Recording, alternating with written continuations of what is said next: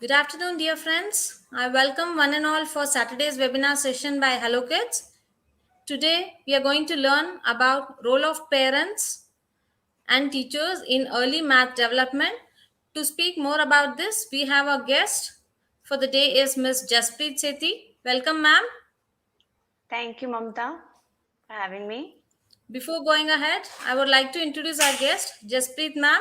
She is a mathematics educator with 2 decades of experience in the mathematics in teaching math. She is a pre K-12 mathematics educator, parents teacher mentor, educational consultant, and founder Math with a Smile. Welcome to Hello Kids, ma'am. Over to you. Thank you so much, Mamta, for the very warm welcome. Good afternoon, Bangalore IST time. Good afternoon to everybody. I would love to hear from you and see if you're joining in from other parts of the globe. I will try to screen share. Please let me know if you're able to see my screen. Mamta, if you can give me a heads up, that will be great.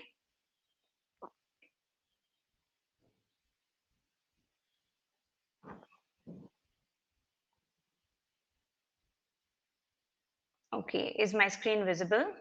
I hope. Thumbs up. Great. So, good afternoon, everybody. This is Jaspreet Sethi, and I will be talking about the role of parents and teachers in early math development. Being a parent and teacher myself, I think I'm suited to speak about this. And I would like to start off with saying that play is really the work of childhood.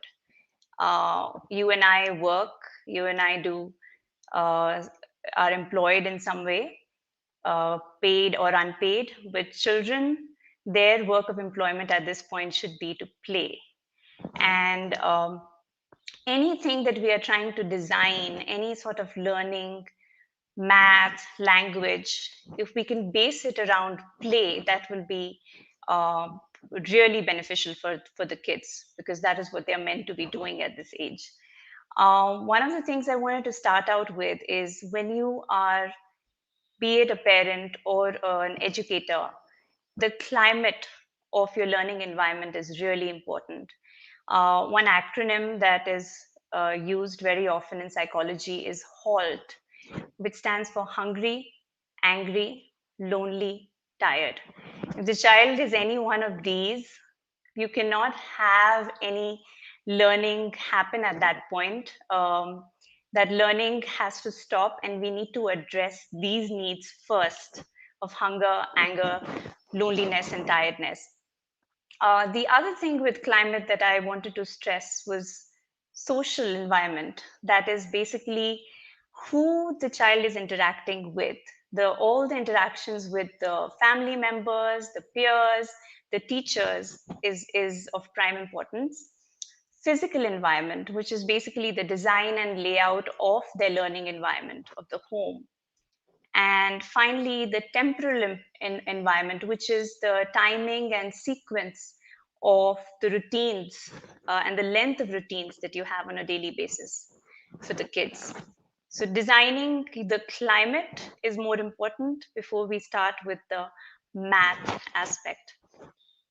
Another thing I wanted to talk about is, of course, if we're talking about 0 to 2 years, uh, all math and everything is very organic, all language. So the prime stages at that point are to make sure that they are healthy, they are safe, they will be curious, they will explore. We need to let them have avenues for that. They will be creative, they will color walls. No matter how much you will try and prevent it, it is bound to happen. So having that love and understanding as a parent, as a teacher, is really important. um, there are so many patterns that they're going to see on a daily basis with how you as a parent or as their teacher employs repetition or routines, caregivers, what language is used and how it is repeated on a regular basis. Persistence, they will try and they will test patience, they will test boundaries. This is all very normal part of development from 0 to 2 years, and we have to allow this natural process to happen. One of the things that I like to talk about as we begin this journey of development is that we are already exposing our children to a lot of the vocab, explicitly, implicitly, that is math oriented or non math oriented, but it has so much to do with math. Any toy that they see at this age, from 0 to 2 years, when they're switching it on, switching it off, starting it, stopping it, believe it or not, we are using math in our everyday life with our children. When they have wet and dry nappies, diapers, when it's light, it's heavy, when they're sleeping, waking up, when we are giving them the sense of when is daytime, when is nighttime, when it's light, when it's dark, is all, they are not just organically learning opposites, they are learning a lot of math vocab. Um, Other ways in which this can be channeled would be when you are doing any activity or giving anything to the child, the idea of one versus none or small versus big. Sorry, I think that went too fast. Holding something versus dropping something. Uh, and kids will do that often, and they'll see you do that often if you're playing with them with a ball, for example. Another thing that they, again, I'm talking about a lot of vocab right now that they are going to be exposed to from the age of 0 to 2 years. So anything that's going high, low versus give and take or up and down, these all organically used terminologies or activities will expose them to nascent math concepts. Again, some more examples: full and empty, in and out, language that talks about how some object is behind or front, top or bottom. And this is when they will start exploring and want to take out things and put them back, or make a mess, clean up. All of those are part of this stage.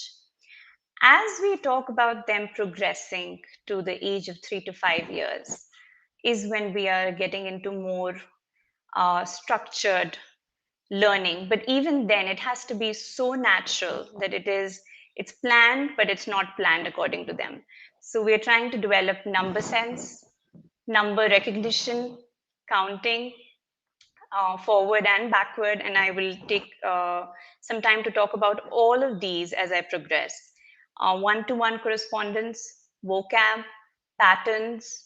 Patterns is such a crucial aspect of math, and definitely developing motor skills and spatial sense. Spatial sense is the sense of space and shapes that kids have. So when we talk about number sense, it has to be very organic. When we talk about the number one or the number two, children will not have the sense of what that number is unless they see that quantifiably or visually. Um, or they hold something that is one and then you take it away and it's none in their hand.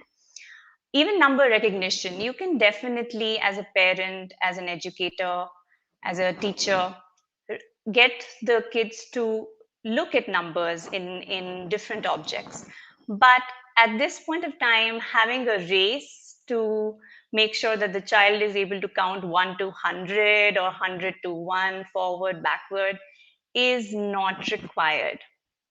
The sense of numbers is important, how quantities and how magnitude of numbers is very important, that they understand that one means one and two quantifiably means two objects, one plus one, and how that gradual increase or decrease is happening, or plus one is basically more or less in their language right now, is more important than trying to get them to do sums or tables or anything around this age. So this is 3 to 5 years, pre-K to K usually in most parts of the world. And ways in which we can build this, of course, is counting up and down to daily activities when you're eating, bath time, chores, climbing stairs, playtime, or cleanup time. You can count with them and give them that nascent understanding of just recognition of number progression. But you can use your fingers as you're counting, definitely, and give them avenues to count as well. And at this time, it's also very important to let them see and experience the math around them. So any vocab, never leave instances for talking about vocab or instilling vocab in your children. When you're talking about lines or something is standing vertically versus horizontally, oh, this is to the left, this is to the right. Look, today I'm wearing dots. Look, those are stripes. Those are checks. That's a tessellation pattern on the floor. Let them explore that. Let them understand how patterns are being used in life and around them. Those are concentric circles. This is an oval, okay? A very generic version of an oval. But in life, in things around them, you can take the liberty of being not specifically math term oriented, but just exposing them to different vocab words. That's a cylinder right there that you're holding in your hand. And of course, as they progress beyond between 3 to 4 and 5 years, anything that they see around them in terms of culture, oh, see, that's so geometric and that's a geometric design. This, you may expose them, it's a parabola, a rainbow, seeing different shapes and counting those shapes and seeing how they are juxtaposed to make a piece of furniture. So use in architecture. When you're doing your laundry, folding, anything that you're using math with, measuring, cooking, any household organization, please expose them or at least bring it to the child's attention that you are using math very implicitly in those situations. Money, of course, as they get a little older, things don't just come, so we buy them. And if we buy them, we have to spend money. We have to spend money, we have to earn. All those concepts in a very nascent way. Anything to do with art and space design, when you see things organized, please divert your child's attention to that. And that will be getting them to expose them to the math around them. Explicitly speaking, as I was talking about quantities, when we talk about numbers, children don't have a sense of numbers. You can make them write, you can make them say numbers forward, backward, but you will notice when it comes to counting, uh, initially from 3 to 5 years, a child will not be able to just look at something and count, or even if they count, they might double count or count less. And those are things that you will notice will happen. So, ways in which you can develop a sense of numbers in your child, in your student, would be to make sure that they have, if you're counting, exposure to something known as a 5 frame. What I have out here is a 5 frame. And some things can be counted, some things can be measured. We're talking about quantifiable objects right now that we can count.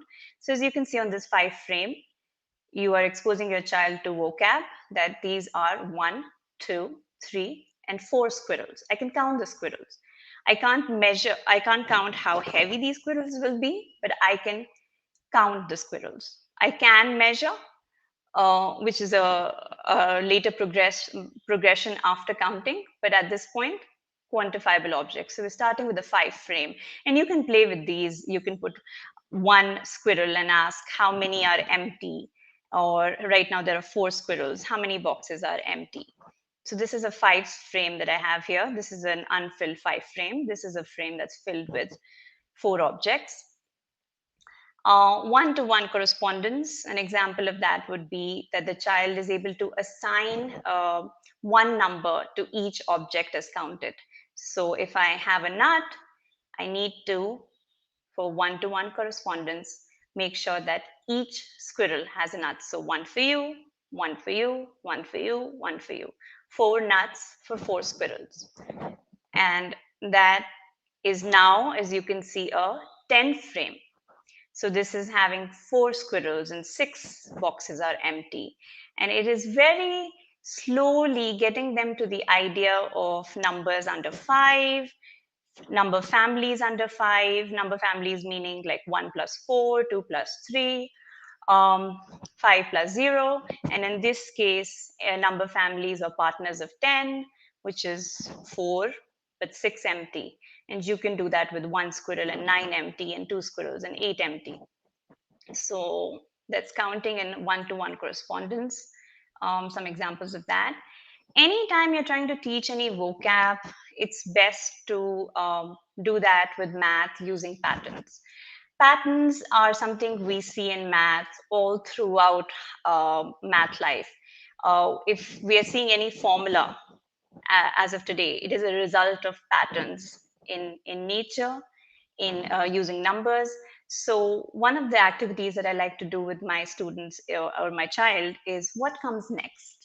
And we are not using anything mathematical here. We just see a small boy, a little slightly bigger girl, and we're talking about you can, show the pattern and get your child to determine what will come next if this pattern continues. Is it going to be the red shirt or the green dress? Is it going to be the person with the blue socks, or are those boots and yellow socks? Or will it be the child with the hand on the backpack or the child with the hands free? Or short hair, long hair? Or somebody who's down, up, down, up? So if you expose your children to more patterns using a sequence and more vocab using patterns, it will have a greater effect than trying to explicitly expose them to more. And I'm not saying that we do not expose them to more sophisticated patterns. Of course we do, but the progression is the following. And if we go into more specifics, again, vocab with patterns. So here's a circle, triangle, circle, triangle, circle. What's going to come next? You can do it with in terms of colors. They can recognize colors, they can recognize the shape, and then even if they don't know the name, they can give you the color or the name of the shape if they do. As you expose them, you can expose them using these patterns. Letters, A, B, A, B, A, and then what comes next. Or you can get it more sophisticated as you move on. And I have a square, circle, rectangle. So I'll have a square, circle, rectangle.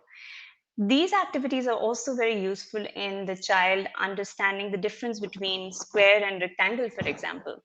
A lot of parents claim that my child is very confused between these two ideas. They're both having four sides. They understand that, but then the concept of equal versus too long versus too short. This is a nice way to expose your child to that idea. The next thing I want to talk about, which comes as children are ready, is subitizing or subitizing, how you want to pronounce it, which is the ability to instantly recognize the number of objects without actually counting them. So here I have dice, and as your child is beginning to count, you are getting them to recognize how this is 1, this is 2, 3, 4, 5, 6. And then as they get older, progressing to more sophisticated patterns of subitizing, such as the following. So I have a 4 and 4 here.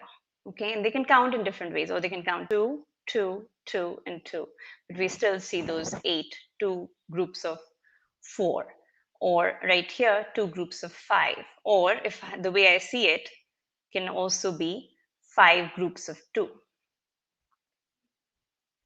And right here, 2 groups of 5, or count 1, 2, 3, 4, and then count these.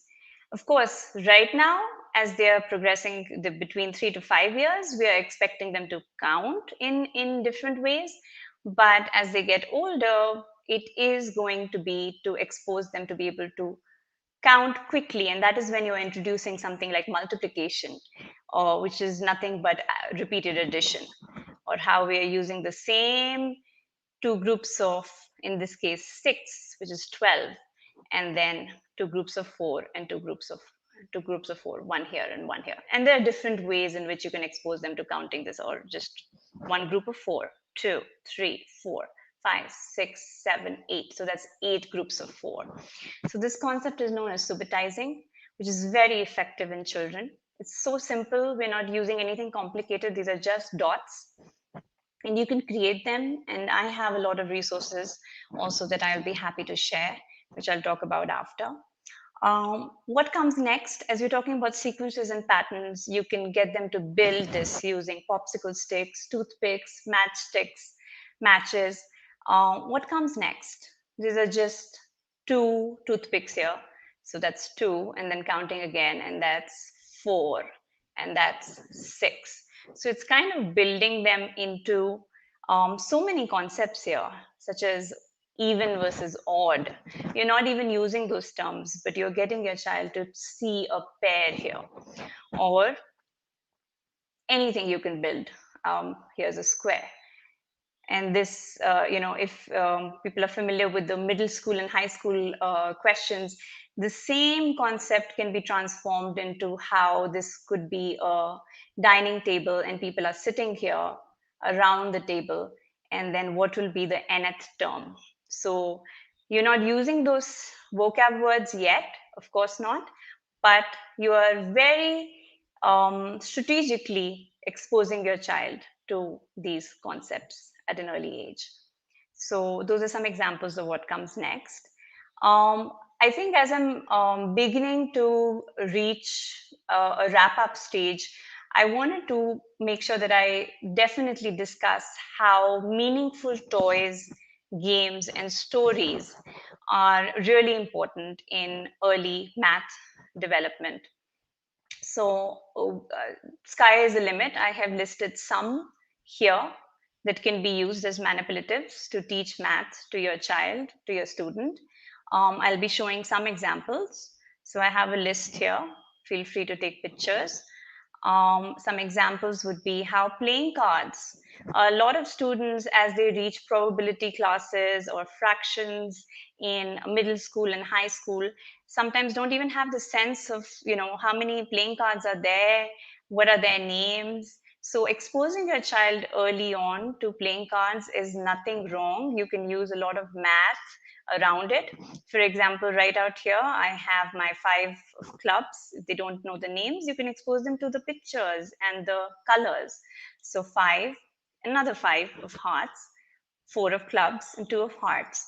And right now I've put 4 cards. You can lay 2 cards and introduce addition, or subtraction or multiplication or division using these cards. As they get older, it would be, I like to use these to teach integers, as my black being my positives and my red being negatives.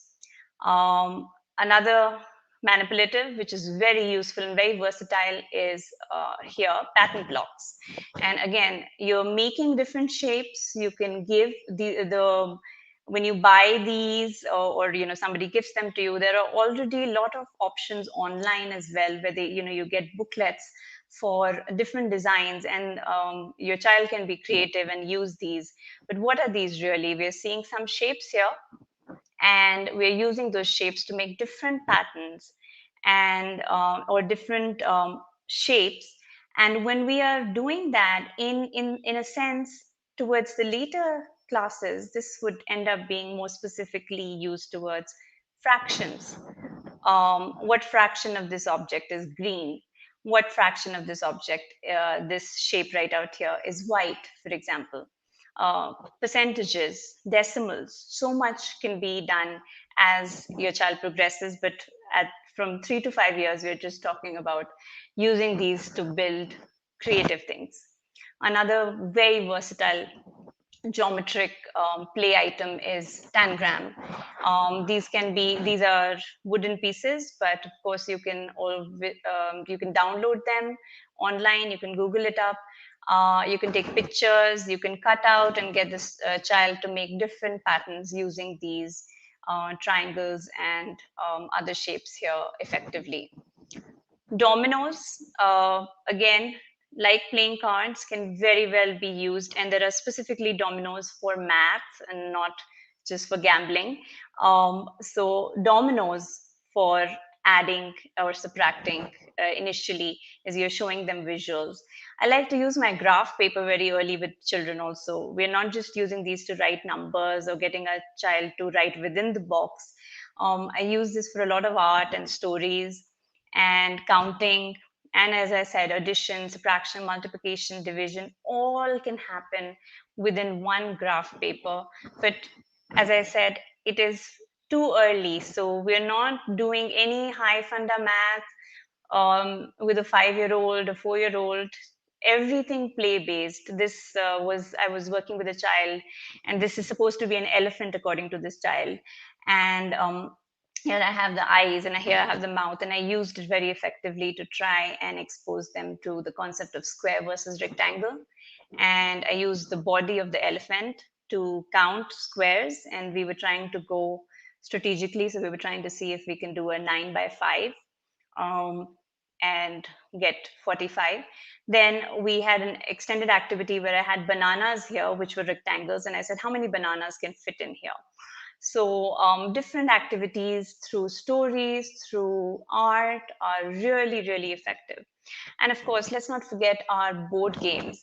All the board games we have played as kids are so effective even today to teach so many math concepts to children. You're teaching addition, subtraction, strategy, logic, so much through board games. So those are definitely really good tools to use for math development. As I'm summing up, I would just like to divert your attention to making sure that whatever activity you take up with your child, it has meaning to it. Giving them equations or exposing them to equations at a stage where they don't even understand what 2, 4, 6, or plus or minus or equal sign would be, would it will be a lost cause. It would be much more meaningful if you're exposing them to numbers slowly with examples. For examples, I have unifix cubes here, which are also very readily available online.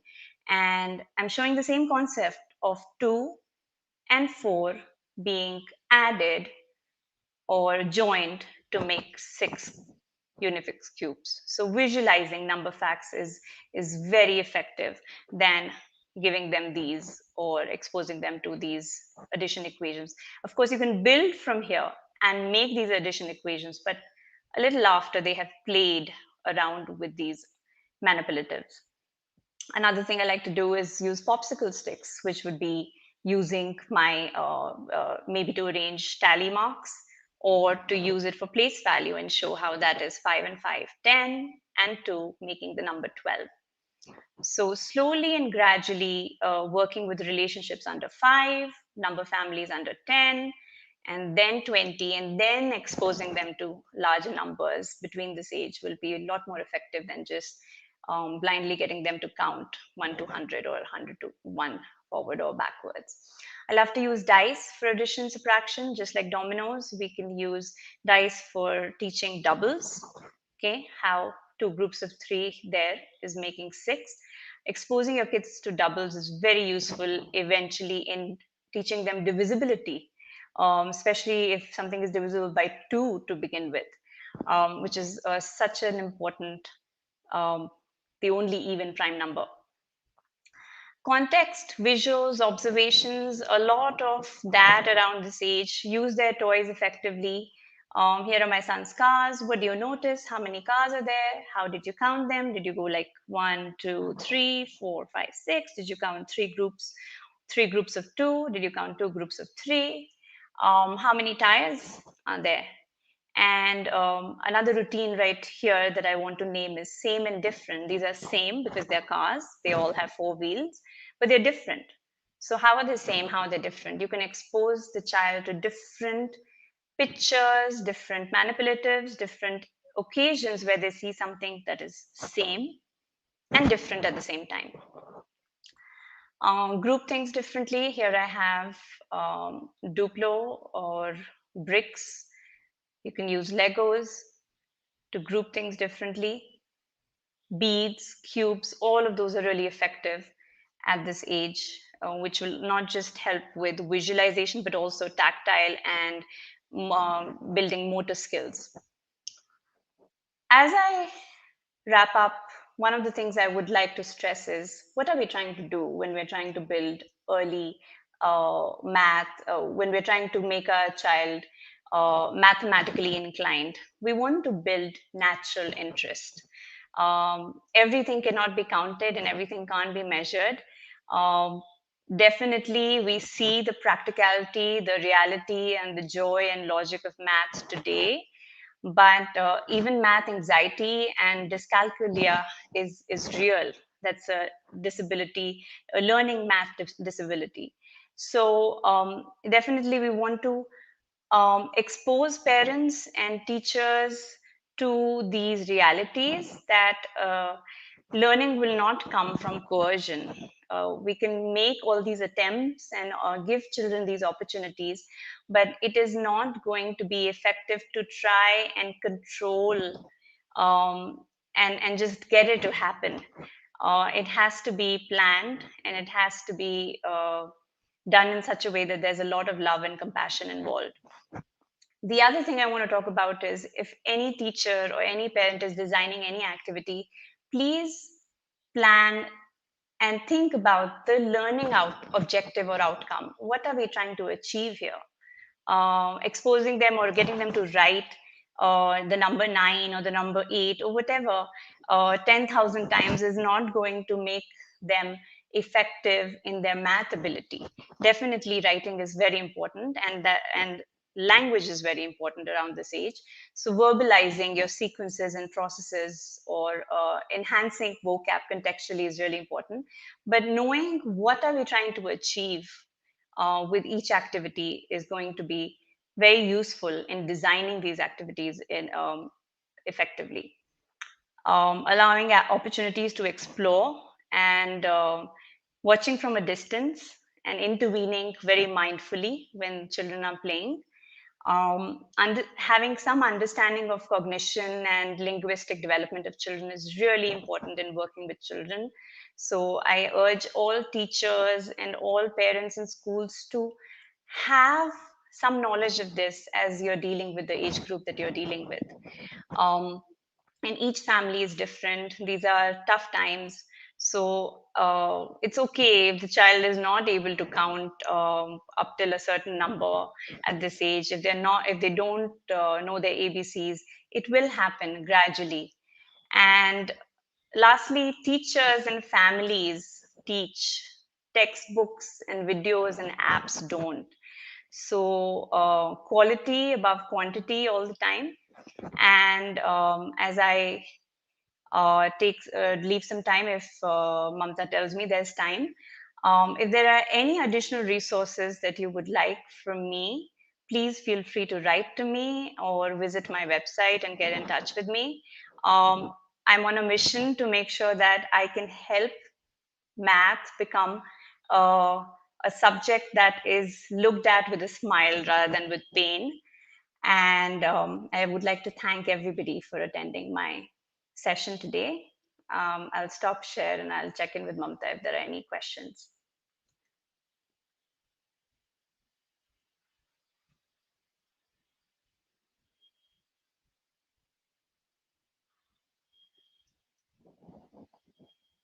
Hi, Mamta. Any questions?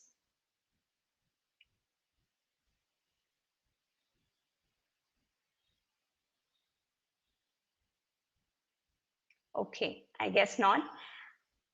I will head out with my email, as I had mentioned, jaspreet@mathwithasmile.com.